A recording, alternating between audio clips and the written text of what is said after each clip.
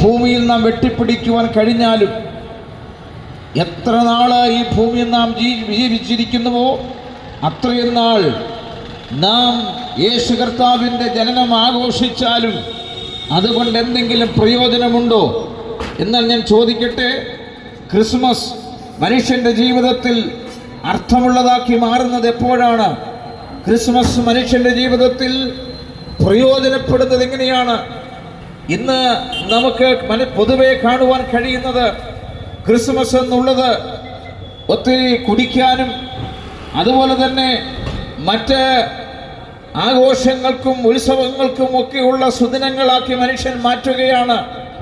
ഓരോ ക്രിസ്മസ് കഴിയുമ്പോഴും, ഓരോ ഫെസ്റ്റിവൽ അല്ലെങ്കിൽ ഓരോ ഉത്സവങ്ങളൊക്കെ കഴിയുമ്പോഴും നമുക്കറിയാം കോടിക്കണക്കിന് രൂപയുടെ മദ്യം വിറ്റഴിക്കപ്പെടുകയാണ്.